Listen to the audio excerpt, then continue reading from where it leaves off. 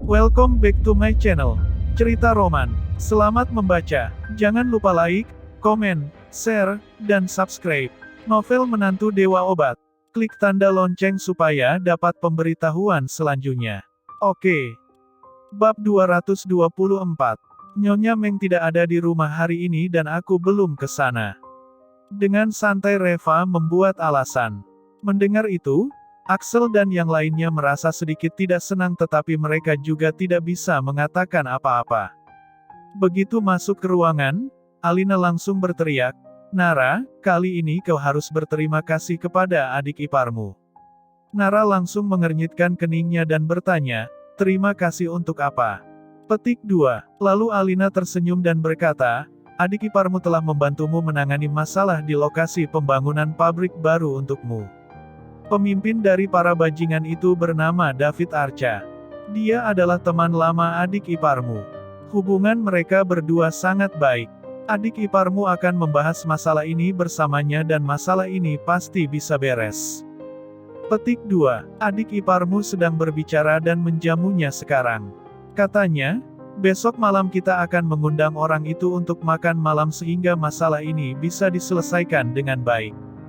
Petik 2. Reva tampak terkejut, apakah Hiro benar-benar bisa menyelesaikan masalah ini? Menurut informasi yang dia dapatkan, sebenarnya orang-orang dari keluarga Regatta yang berada di balik layar. Lalu bagaimana caranya Hiro bisa menyelesaikan masalah ini? Nara langsung terkejut dan bertanya, "Benarkah?" Hana tampak sombong dan berkata, "Apakah masih perlu dipertanyakan?" Petik 2. Ini hanya masalah sepele. Dengan suamiku yang pergi menghadapinya sudah pasti bisa dibereskan dengan mudah. Kau kira suamiku itu seperti Reva yang tidak berguna? Petik 2. Nara langsung tertegun. Hana jelas-jelas sedang mengejek Reva. "Hana, jaga ucapanmu. Memangnya kenapa dengan Reva? Dia juga sangat mengkhawatirkan masalah keluarga kita. Dia sudah meminta Tiger untuk membantunya menyelidiki masalah ini. Hanya saja belum sempat menanganinya." Lalu Hana mencibir, "Tiger. Hei Reva, apakah otakmu sudah rusak? Untuk apa kau meminta Tiger menanganinya? Memangnya kau tahu siapa orang-orang itu? Mereka semua adalah bajingan lokal sana. Setiap hari kerjaannya hanya bertengkar dan berkelahi saja." Petik 2. Tiger memang terlihat begitu kekar dan garang tetapi masalah seperti ini apakah bisa diselesaikan hanya dengan melihat penampilannya saja? Apakah Tiger bisa dibandingkan dengan Hiro? Petik 2. Memintanya pergi untuk menangani masalah ini. Kurasa kau hanya ingin mempermalukannya saja. Axel dan Alina juga tampak meremehkannya. Menurut mereka, Tiger hanyalah teman Herman. Kemampuan apa yang dimilikinya? Paling bisanya hanya mengandalkan perusahaan bahan obat saja untuk kelangsungan hidupnya. Reva mengernyitkan keningnya dan berkata, "Hana, perhatikan ucapanmu." Petik 2. Jika Tiger mendengar ucapanmu ini, dia pasti akan bersikap kasar kepadamu. Hana langsung mencibir dan berkata, "Memangnya kenapa kalau sampai dia mendengar?" Petik 2. Bahkan jika dia berdiri di depanku sekarang juga aku tetap berani mengatakannya. Apakah aku harus takut kepadanya? Coba saja kalau dia berani bersikap kasar kepadaku. Sebaiknya lihat dulu apakah suamiku akan menyetujuinya. Reva malas mempedulikannya, Hana ini memang benar-benar tidak tahu diri. Alina tersenyum dan berkata, "Sudahlah, Hana, jangan bicara lagi." Petik 2. Nara, kali ini kau harus mengucapkan terima kasih kepada Hiro. Begini saja, besok malam aku akan mencari tempat yang pantas untuk mengundang orang itu makan malam. Petik 2. Jika kali ini masalahnya bisa diselesaikan berarti Hiro telah memberikan kontribusi yang besar. Dan nantinya kau bisa membiarkan Hiro mengelola lokasi konstruksi itu, kan? Petik 2. Reva dan Nara langsung mengernyitkan keningnya. Mereka berdua cukup jelas dengan karakter Hiro. Orang ini sangat serakah. Begitu dia mendapatkan kekuasaan mungkin dia akan mengkorupsi banyak uang dari mereka. "Nara, nanti akan kita bicarakan lagi masalah ini. Masalah lokasi konstruksi ini harus diselesaikan dulu agar pembangunan pabrik baru bisa tetap berjalan." Petik 2. Hana langsung merasa tidak senang dan berkata, mengapa harus dibicarakan nanti? Kak, kita semua adalah keluarga sendiri. Jadi tolong langsung to the point saja, apakah Hiro akan bertanggung jawab atas lokasi konstruksi itu nantinya? Petik 2. Jika kau tidak setuju, langsung katakan saja. Jangan bicara berputar-putar. Nara tampak canggung. Jika Hiro bisa membantunya menyelesaikan masalah ini maka dia juga tidak dapat menyinggungnya. Tetapi jika membiarkan Hiro pergi untuk mengelola lokasi konstruksi, dia menduga pasti akan menyebabkan lebih banyak kerugian lagi di sana. Jangan lupa like dan subscribe, agar admin lebih semangat untuk menyajikan kontennya. Bab 225.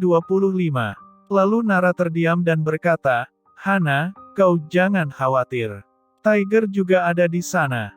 Dia pasti sedang sibuk menangani masalah di lokasi konstruksi.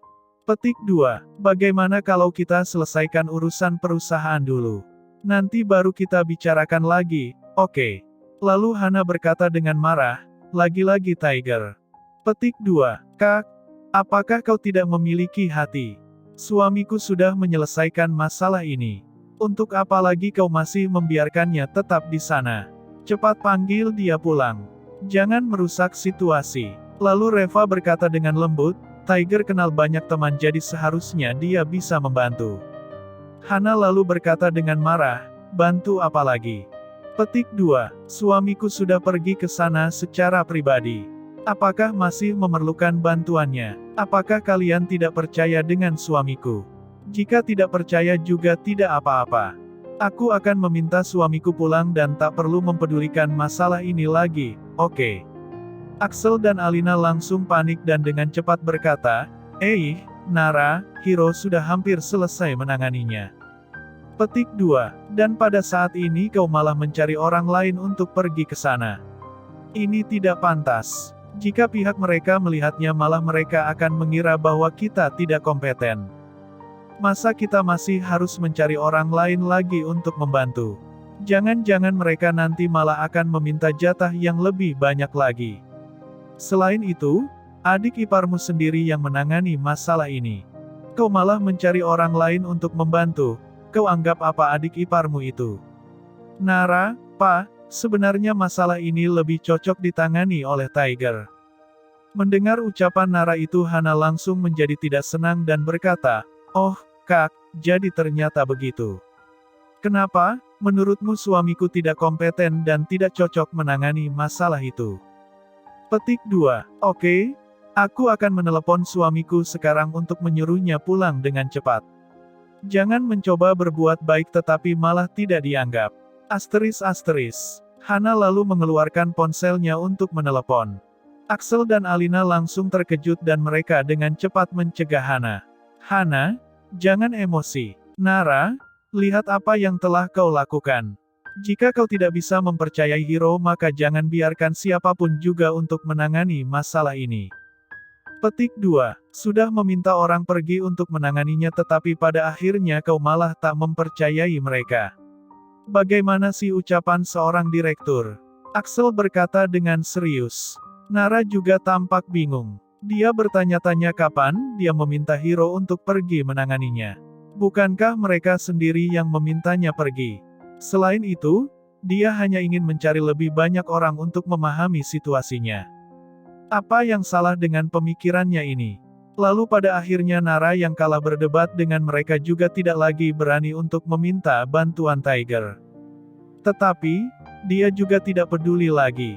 Menurutnya asalkan masalah ini dapat diselesaikan, siapapun yang menanganinya akan sama saja.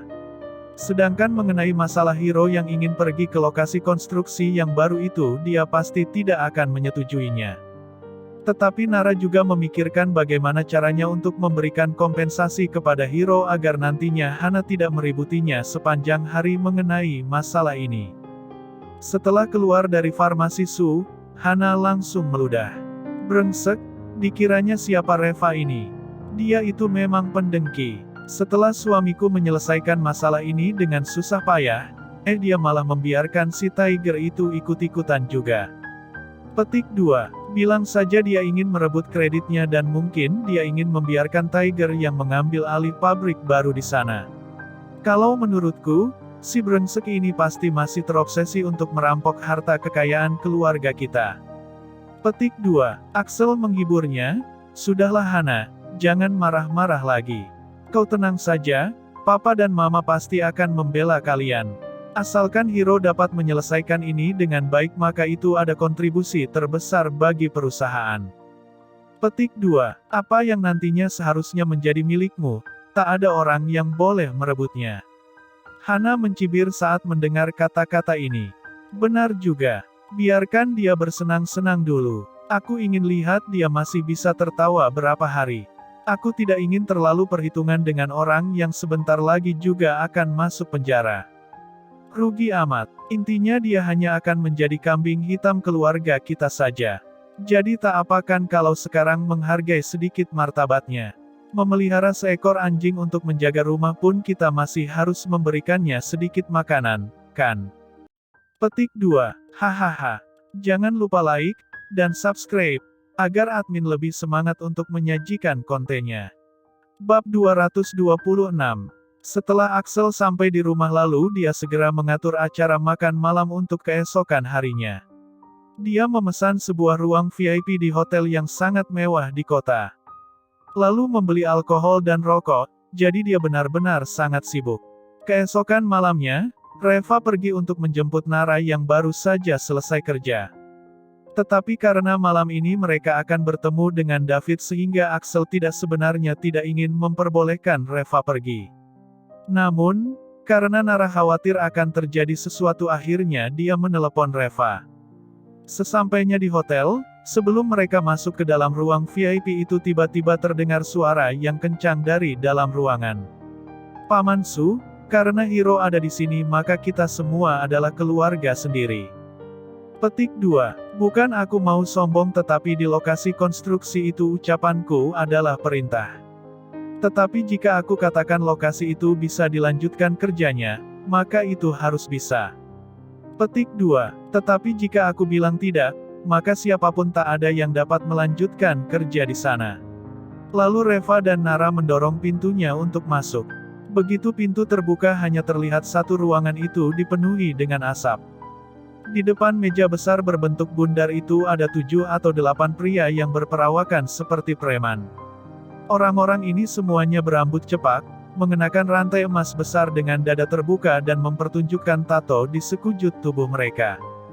Ekspresi arogan itu tertulis di wajah mereka dengan jelas.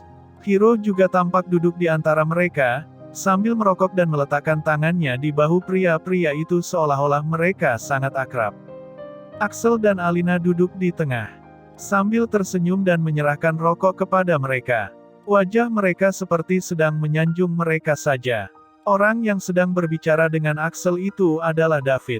Di antara semua orang-orang ini, dia adalah satu-satunya orang yang tampak seperti bos mereka. Duduk di kursi utama dengan sangat angkuh. Dan ketika Reva dan Nara masuk ke ruangan itu, semua orang yang ada di ruangan tampak tertegun sejenak. Mata mereka penuh dengan tatapan terkejut. Hiro langsung berdiri lalu berjalan sambil mengulurkan tangannya untuk menarik Nara. Sambil tersenyum dia berkata, "Kak David dan saudara-saudaraku sekalian, izinkan aku untuk memperkenalkannya.